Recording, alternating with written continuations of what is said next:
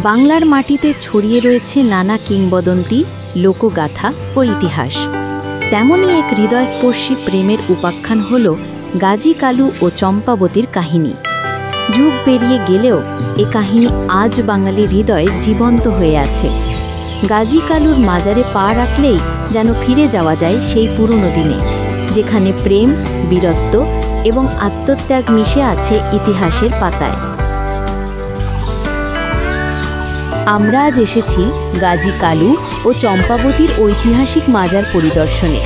এই মাজার অবস্থিত বাংলাদেশের ঝিনাইদহ জেলার কালীগঞ্জ উপজেলার অন্তর্গত বাদুরগাছা গ্রামে।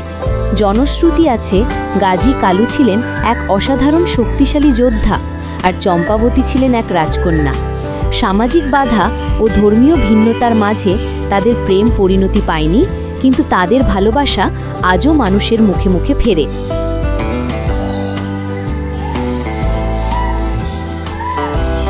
মাজারের প্রাঙ্গণে প্রবেশ করলেই চোখে পড়ে এক পবিত্র ও প্রশান্তিময় পরিবেশ। সবুজে ঘেরা চারপাশ আর মাজারের নির্মল আবহ যেন মানুষকে মুহূর্তে ভাবনায় ডুবিয়ে দেয়।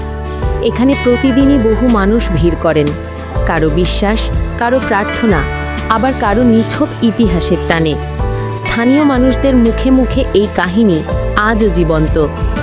মাজারের পাশে রয়েছে একটি পুকুর, যা নিয়ে নানা অলৌকিক কাহিনী প্রচলিত আছে। বিশ্বাস করা হয় এই পুকুরের জলেই ছিল গাজী কালুর শক্তির রহস্য।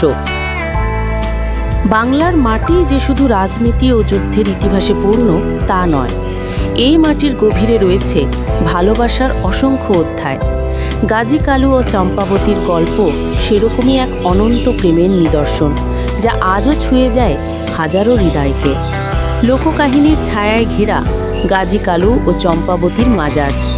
যদি ভালো লেগে থাকে ভিডিওটি লাইক করুন, শেয়ার করুন এবং এমন আরও ঐতিহাসিক ও সাংস্কৃতিক ভ্রমণ দেখতে সাবস্ক্রাইব করুন আমাদের চ্যানেল। ধন্যবাদ।